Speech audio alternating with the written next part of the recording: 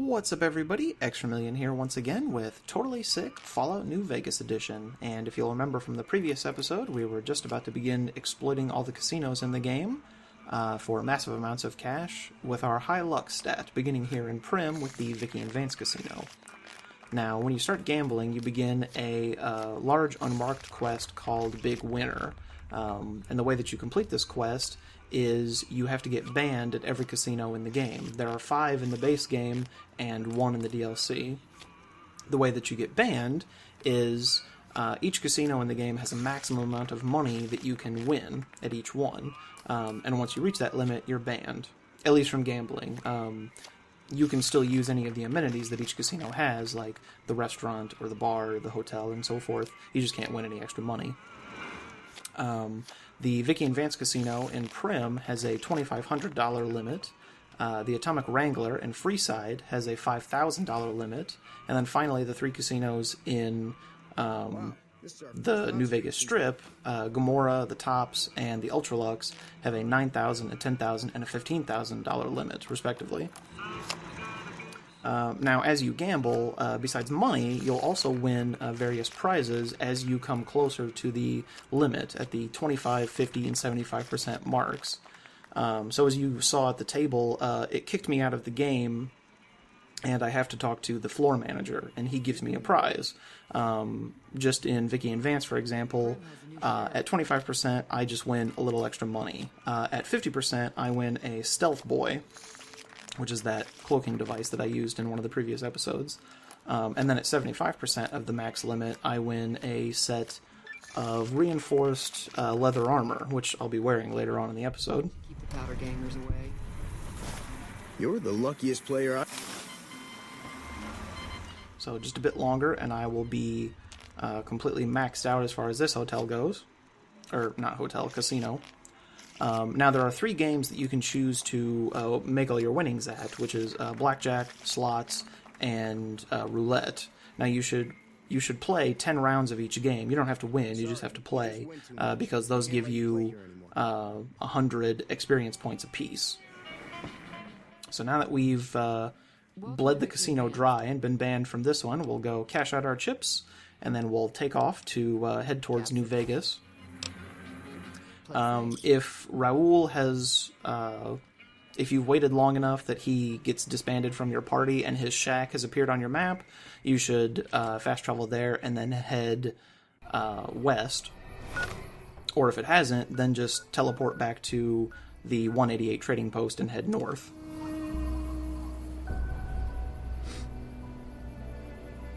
So like I said, there's 3 games that you can choose to make all of your winnings at. The one that's most easily influenced by your luck stat, it seems, is the game Blackjack. And I'll quickly go over the rules in case you aren't actually familiar with how to play Blackjack. The rules in the game, New Vegas, are very simplified.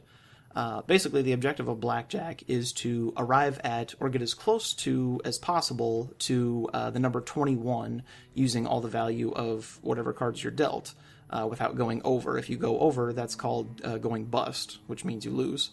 Now, despite the fact that there can be various NPCs sitting at each of the dealer tables, the only objective is to, or your only opponent is to beat the house, or the dealer in this case.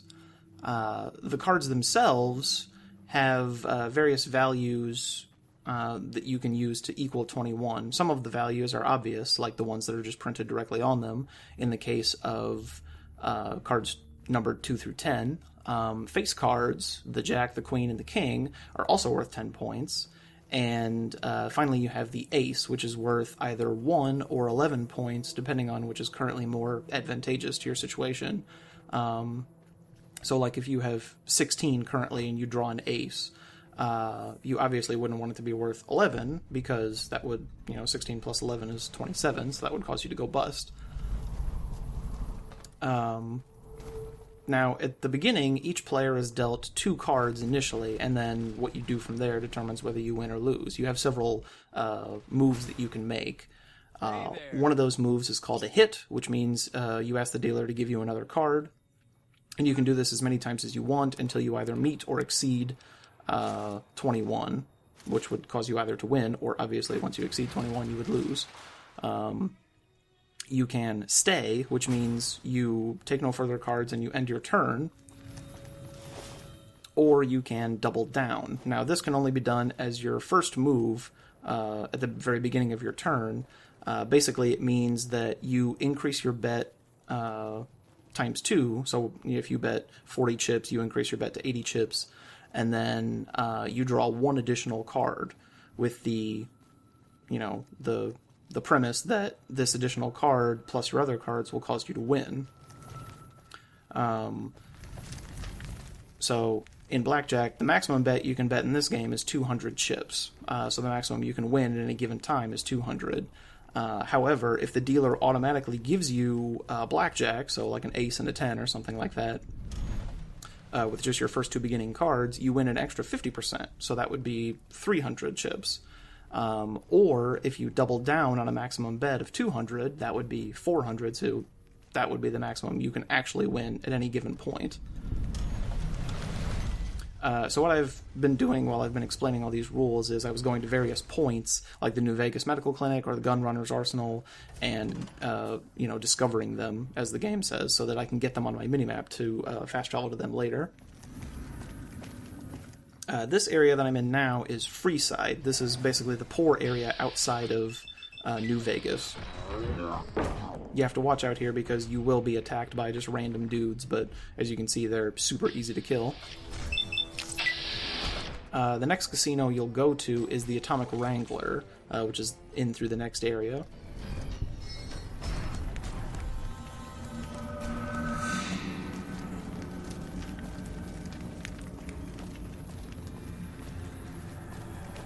So as you can see, I'm wearing the armor that I won from the casino in Prim. Other casinos give you like food or drinks, or some of them actually give you keys to various hotel rooms. Now, once you're done gambling at the Atomic Wrangler, you'll want to head to New Vegas itself. There's several ways that you can actually get into New Vegas throughout the game. The easiest way is to basically just walk up to the front gate, and the Securitron that's there will stop you and give you several options to proceed, one of which is called a credit check, where they check to see how much money you have. And if you have over 2,000 caps, they'll just let you in. They don't actually take the 2,000 with you, they just check to see if you have it, which, since we just won 2,500 plus caps from the Vicky and Vance Casino, and then we'll win 5,000 plus caps from this casino, we'll have more than enough to actually get into New Vegas.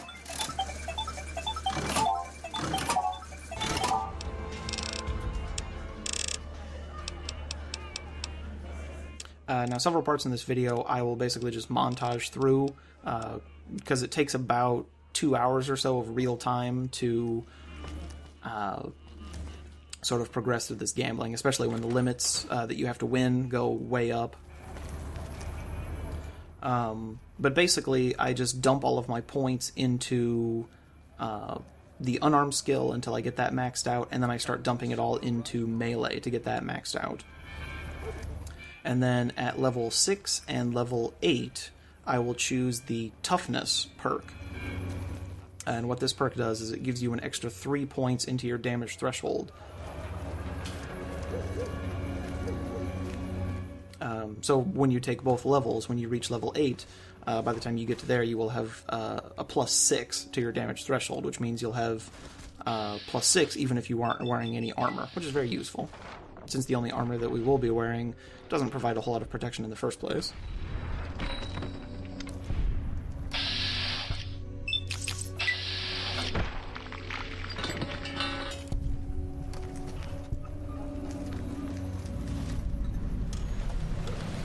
So thanks to Old Ben, we took care of those thugs, and then we'll make it inside past this checkpoint to New Vegas, where we'll meet Victor, actually, which was the Securitron robot from way back in Good Springs, and he'll tell us to go meet a guy named Mr. House, or Robert House, who's the guy who actually built New Vegas.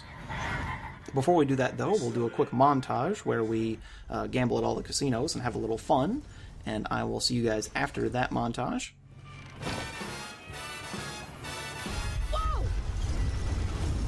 Howdy, partner. You come for a piece. I kissed her and she kissed me. That's it.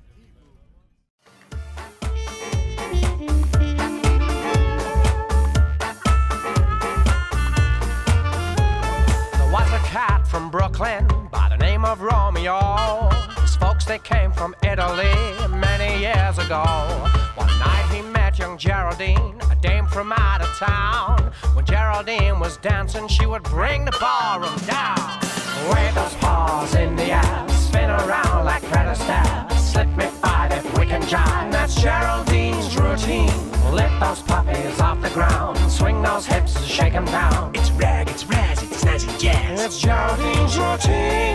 Wave those paws in the air, spin around like Fred Astaire. Slip me five if we can jive. That's Geraldine's routine. Lift those puppies off the ground, swing those hips and shake them down. Let's hump, let's jump, let's thump it. Alright, and we're back. Now that we're done with all of our gambling and we have a bunch of money, one more thing before we leave New Vegas. We have to go see Mr. House, and he'll give us basically one of the final quests of the game that obviously you're not supposed to have quite yet, since we've gotten to Vegas a little earlier than intended. Essentially, he gives you the quest to go retrieve the platinum chip that he needs. Initially, you had it at the beginning of the game until you were ambushed by one of Mr. House's associates named Benny, the guy in that checkered suit. So since Benny has betrayed Mr. House, he asks you to go retrieve the platinum chip for him. Well, hello, sugar.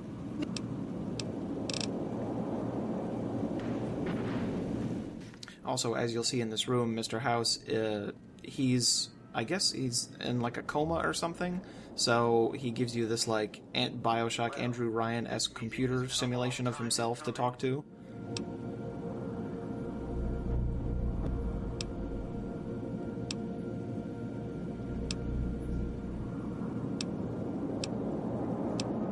Basically what the platinum chip does, I believe, is it's supposed to upgrade all of his security systems to make him even more powerful.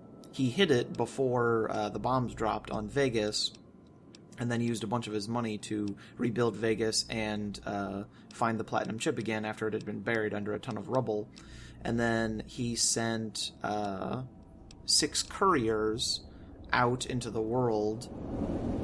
5 of them had decoy chips, and then you had the real one. But unfortunately, Benny found you anyway and left you for dead. He also gives you access to the presidential suite at the top of the Lucky 38 casino. High roller suite. Or the high roller suite. If you sleep in this bed, it counts as a owned bed, which means if you sleep for any amount of time, you'll get the well-rested bonus, which gives you a 10% increase to all experience gained for 12 hours. Where to, partner? Which is very useful. Also, I do this off camera, but I went and got Raul and Eddie and brought them to the Lucky 38 High Roller Suite and told them to wait there, because if you leave them there and then they if you make them wait long enough and they get disbanded, they don't go back to wherever it is you originally got them. They will stay in the suite and they'll like wander around and sit in the chairs and sleep, and your companions will like pick up weapons and armor, and they'll eat your food and all that kind of stuff. So they basically like live there, so it's more convenient than having to go find them again. Welcome, sir. So right now, I fast traveled outside to the Gunrunner's Arsenal, which is part of the DLC, and I'm going to sell, just some random stuff that I have to get a bit more money. So you have a few options that you can do now that you have a bunch of money. You can either go back to the Brotherhood of Steel and go buy Grease Lightning for 22,000 caps, which is a very powerful weapon. It's not super strong, but it does attack very quickly. And then you can go buy a couple implants. Or you can do what I'm doing and spend all of your money on implants, and then go find another powerful weapon for free. So instead of walking, I'll just be lazy and fast travel to the New Vegas Medical Clinic and talk to Dr. Usanagi here. As I mentioned in, I believe it was the first video, our high endurance gives us the ability to equip the maximum amount of implants, which I believe is 9. If you don't get all the implants now, I would recommend that you get... the ones that we are getting are the Perception Implant, the Strength Implant, the Agility Implant, and then 2 other special ones. Each of the normal ones, like Perception, Strength, and Agility, and all that, they basically, there's 7 of them. There's 1 for each of your special stats. And they permanently increase each of those stats by 1. If you don't get them all now, I would recommend at least buying them... the Perception one by level 16, the Strength one by level 18, and the Agility one by level 24, just so that you can meet the some of the requirements needed for some of the skills that we'll get later.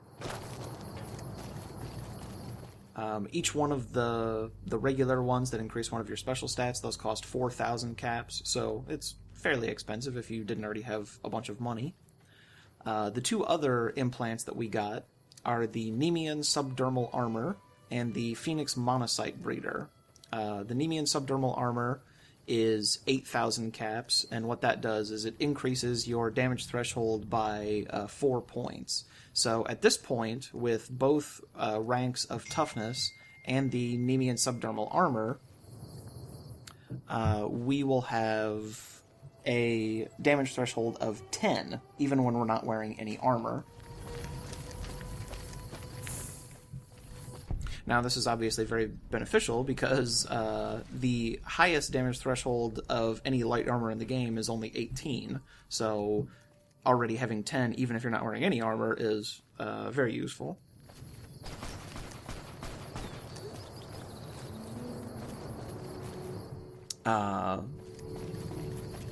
Just a note about its name, the Nemean Subdermal Armor, subdermal meaning, of course, below skin, or below your epidermis, and then Nemean refers to the Nemean lion from Greek mythology, which was the a lion that was said to be impervious to harm, which was later killed by Hercules as part of his trials. And then the other one that we got was the Phoenix Monocyte Breeder. Phoenix, of course, being the mythical bird-like creature that turns to ash and then is reborn, effectively making it immortal. And then monocyte refers to a type of white blood cells, I believe, that fight infections. But anyway, all that really does is it heals 1 HP every 10 seconds. So this is pretty useful for counteracting things like poisons or any area where you would take like damage over time. Obviously, it doesn't heal you fast enough to do any good while you're actually in battle. So it's more useful outside of battle. The area that we're headed to is called the Ruby Hill Mine. So basically you just go down this road and loop around the north area of New Vegas. You'll have to watch out because sometimes during the day there'll be some cazadores on either side of the road.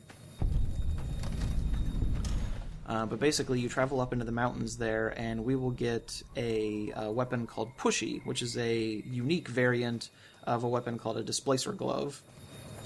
And we will use that to replace the Ballistic Fist as our main weapon. The advantages it has over the Ballistic Fist is, one, its namesake. It's called Pushy because it has a knockback effect. So every successful hit, it will shove an enemy backwards, which is very useful for either pushing enemies off of cliffs or into traps or against melee-only enemies, like some of the tougher ones in the game, like Deathclaws or Cazadors. You can knock them away from you, and then whatever attack that they were going to do will usually whiff. Another advantage it has, of course, is that it's free. You know, it's unlike Grease Lightning, we wouldn't have to go buy it and spend half of our money. And then the other main advantage it has is that it has lower skill requirements. The Ballistic Fist that we have now is very useful, but since we don't actually meet the strength requirement of 9, we don't wield it effectively since we're very slow to punch. Whereas Pushy has not only the highest DPS of any of the unarmed weapons in the game, but its strength requirement is only 2, which we obviously exceed that. And then, of course, it requires an unarmed skill of 100 or maxed out, which we already have.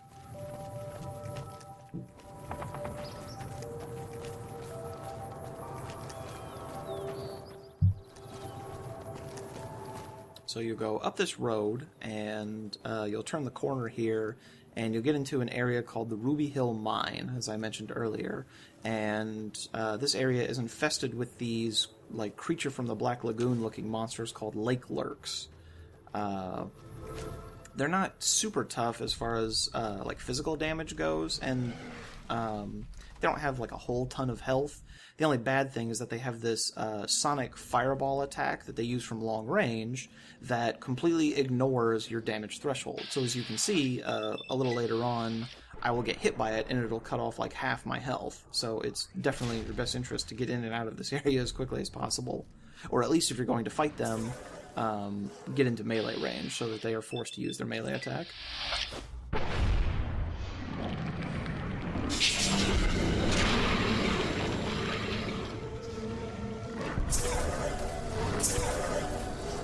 Here you go. See, I was hit by that attack, and at full health, it took me down to about 60% of my life. So that's pretty powerful since it ignores basically any armor you have on.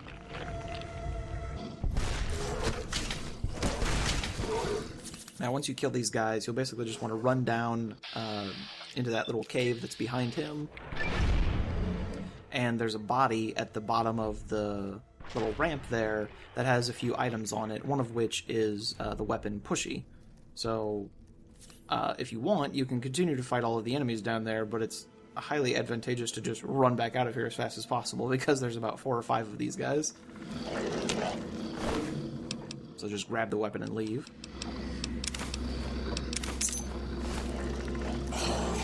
See you later.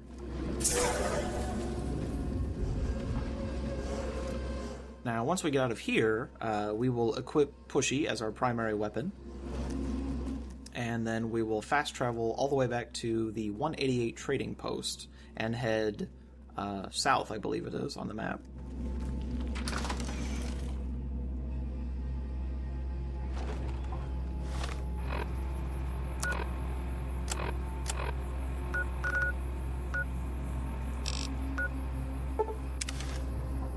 So once you get back here, you'll head south a little bit after equipping the weapon, and you'll get to an area called the El Dorado Dry Lake, which is populated by a bunch of giant fire ants.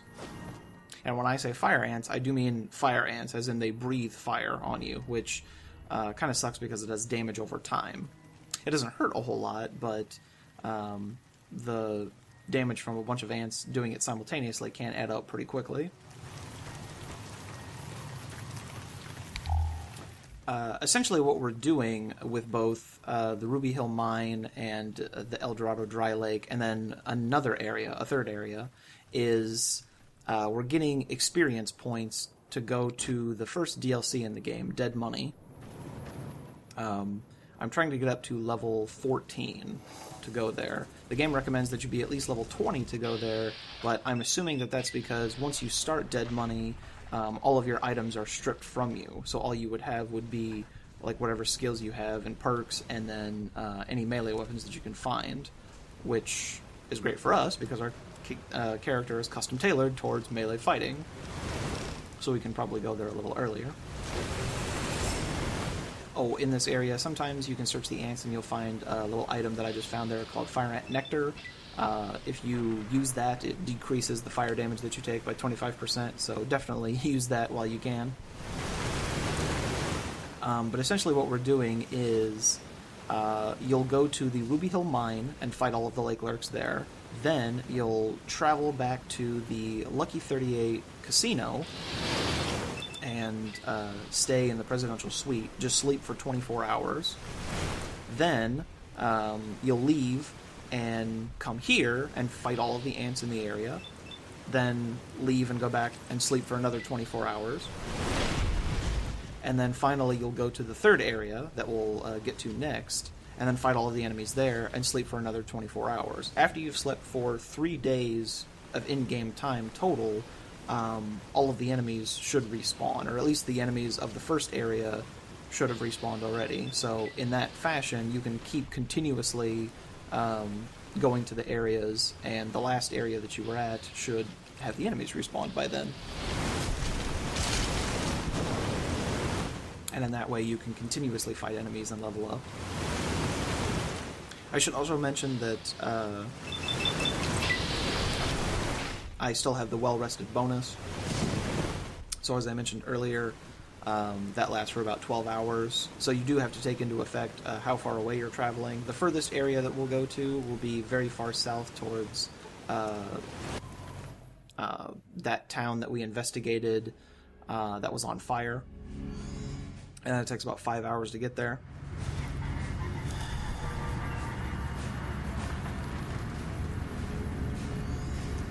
So as you can see, we'll head back to New Vegas and go sleep in our bed for 24 hours. Not only will that heal you fully, but it'll advance the time enough that the enemies in one of the previous areas should respawn. And then, of course, sleeping in this bed will also give you the well-rested bonus, so you'll get the extra experience points.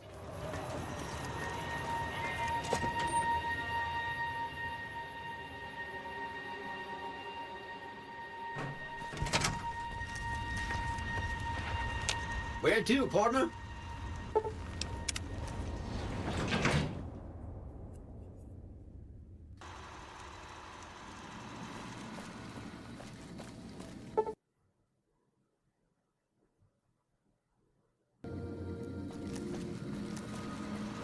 High roller suite. Casino floor.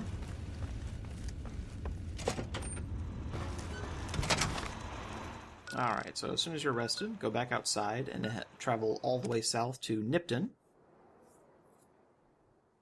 It's been a while since we've been back here. Then you'll want to head east down this road. This is technically the way that you're supposed to go through the course of the regular game. As I mentioned in one of the videos previous to this, basically you're not supposed to head directly towards New Vegas because a lot of the monsters there are very powerful and will kill you if you try to, so you're supposed to sort of like loop around by going south, then east, then north. So technically we're not even supposed to have been to the 188 trading post yet. But you're basically supposed to continue down this road towards a town called Novak, which is the next major area that you're supposed to get to. If you do continue down the road has mines on it further up that are very difficult to see. And then some of the Viper gang that we met earlier on when we got Love and Hate that will ambush you on either side of the road. And since they have guns, it's very difficult to retaliate against them if you're using only melee weapons. So basically, we'll get up on the side of the road and ambush them instead.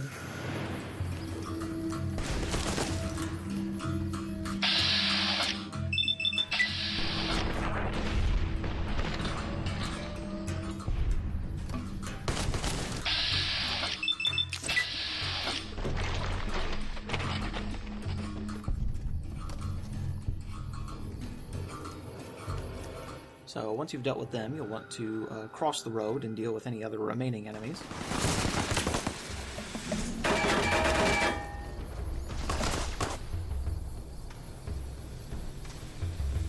Now there are tons of different factions in this area. There's several of the Bighorners that are here. There's many more Viper gang members straight ahead of us. And then there's even some of the Caesar's Legionnaires on the right-hand side of the road there that you'll see in a second. As long as you sort of stay in this middle area, none of them should actually bother you. But basically you'll want to stay on the side of this road and then continue straight. The area that we're going to is a little hole in the wall called the Walking Box Cavern.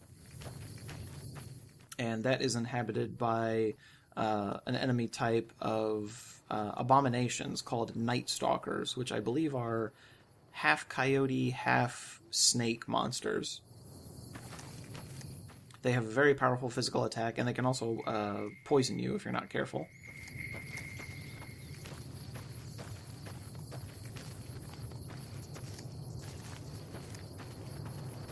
Of the three areas that we've been to, Ruby Hill Mine, El Dorado Dry Lake, and the Walking Box Cavern, the Night Stalkers here in the cavern are probably the strongest enemies that we will face so far. You'll see once I actually enter the cavern itself, I do actually get hit by one of the enemies, and it takes about half my health, even though it's a physical attack, so my DT should negate most of it. It still cuts me down pretty quick. And since there's about 20 of these things in this area, you can get mobbed fairly quickly, and, it's definitely not something you want to have happen. So essentially what you want to do is equip Pushy and then just run backwards, punching. Each successful strike should just knock the enemies back, so you'll only really fight them one at a time. And then, since our stats are so high and we've custom tailored our character, so we should be crippling them or doing a critical hit almost every time we successfully strike. These guys are also worth quite a bit of experience, as you can see. The little ones are usually worth 25, and then the big ones are worth 50.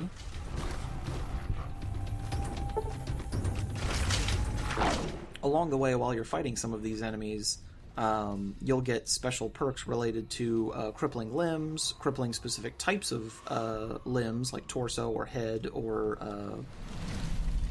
like limbs or things like that, like arms and legs. You'll also get specific things for killing enemies with enough melee attacks, like, kill 1,000 enemies with a melee attack, kills 1,000 enemies with an unarmed attack, that sort of thing. Do 10,000 points of damage with an unarmed attack. You'll get, for killing these guys, you'll get stuff towards killing so many of the abomination type enemies.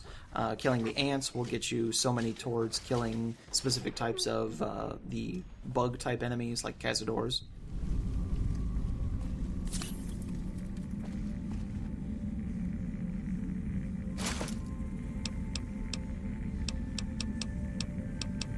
So basically, you'll just rotate between these three areas, and then going back to New Vegas and sleeping. And you'll want to do that until you get to about level 14 or 16 or so. Level 14, I say at least get to that one, because that one enables you to get a skill that will help you immensely against the enemies that are present in the first DLC, Dead Money.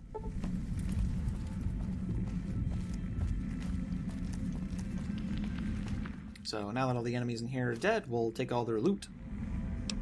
Which isn't really significant, it's just a bunch of stuff that you can sell.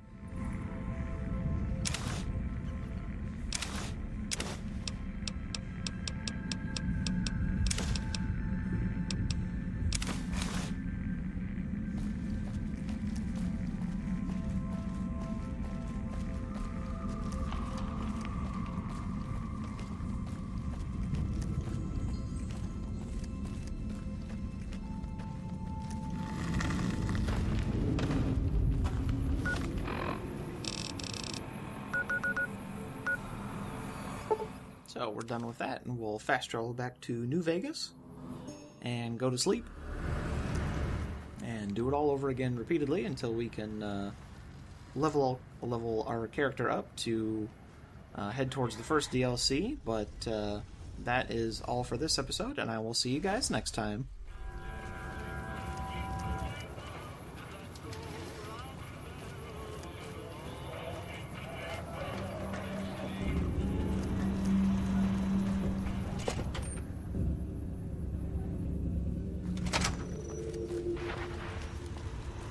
Where to, partner?